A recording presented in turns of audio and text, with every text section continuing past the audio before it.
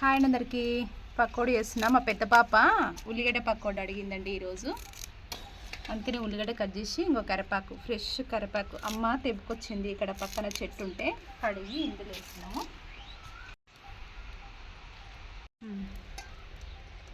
కొంచెం జీలకర్ర, ఇంకో కొంచెం కొంచెం ధనియాల పొడి, కొంచెం గరం మసాలా, కొంచెం కారం, ఇంకా కొంచెం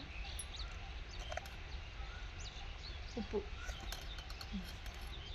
చాలు. ఒకసారి కలుపుకోవాలంతా, మొత్తం కలపాలండి. ఫస్ట్ ఇంకో ఇట్లా పిండి వేయమన్నా. ఇది శనగపిండి, ఉల్లిగడ్డకి సరిపోయినంత వేసుకోవాలి. కొన్ని వాటర్ పోసుకుంటా కలపాలి. అక్కడ కడాయి పెట్టిందమ్మ.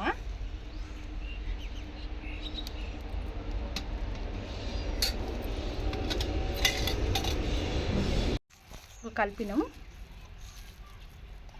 నూనె ఆడ వేడెక్కుతుంది. అది వేడయ్యాక మా టోనీ కూడా ఇక్కడనే కూర్చుని చూడండి. టోనీ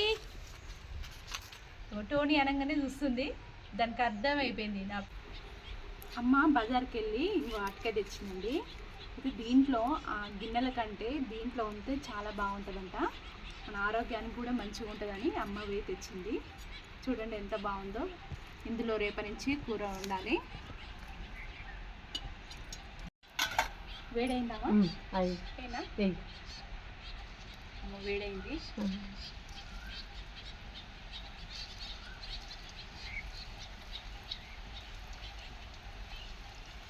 ఇంత మంచి గాలుతున్నాయో.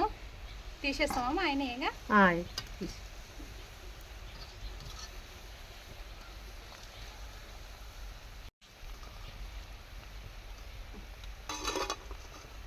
చూడండి కరివేపాకు ఎంత మంచిగా ఉన్నాయి. సింపుల్గా కారం, ఉప్పు, కొంచెం అల్లం, కరివేపాకు సింపుల్గా ఇలా చేసుకోవచ్చు.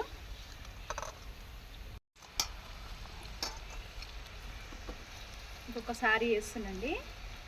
మంచిగా లుప్పులు బాగా చూడండి ఎంత మంచిగా వస్తుంది.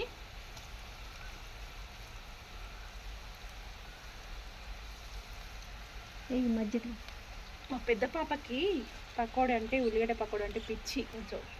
అందుకనే వారానికి ఒకసారైనా చేస్తా. ఇంకేనామా? ఇంకే ఇక్కడ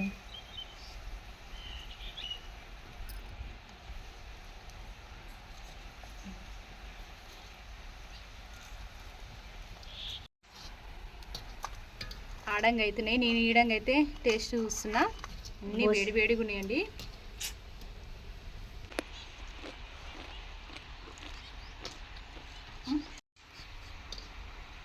చాలా బాగున్నాయి. తీసుకోమా? బాగున్నాయి అన్న. మొదలు ఒకటైనా అవుతుంది. అప్పుడు సూపర్ వచ్చినాయండి. మా పెద్ద పాప గురిస్తున్నా. ఇక మమ్మీకి తీసుకోవద్దా?